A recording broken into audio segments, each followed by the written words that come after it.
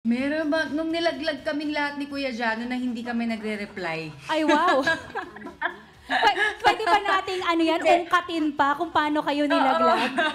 Laglagan, hindi, but honestly, it's really hard to pick kasi ang daming, ang daming memories and ang daming masasayang moments habang nag-shoot kami ng Masked Singer. So talaga namang nag-enjoy lang kaming lahat and talaga nag-bonding kaming lahat. Talagang masasabi ko na yung Masked Singer, isa to sa pinaka-memorable na project na nagawa ko ever. Oh, that's amazing. That sounds really nice, ha? And I'm very excited because, syempre, being the Masked Singers, you don't know who's behind the mask, ano? But with that being said, do you also have a favorite Masked Singer without revealing, no, who the person is behind that? But just the character. Do you have a favorite one? Ako, marami akong gusto kasi lahat sila sobrang galing.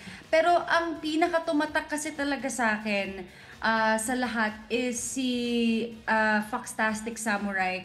Just because lahat ng performances niya, sobrang iba't iba yung mga pyesa niya, yung mga materials niya. So talaga namang na-blown away ako habang nagpo-perform siya. So, yon siya yung bias ko dito.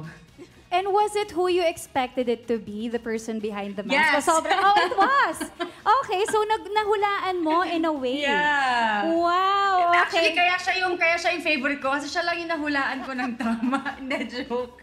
Okay. Well, Miss Nadine, bago tayo magbabay sa ating friends, anong oras na ba dyan kung nasaan ka?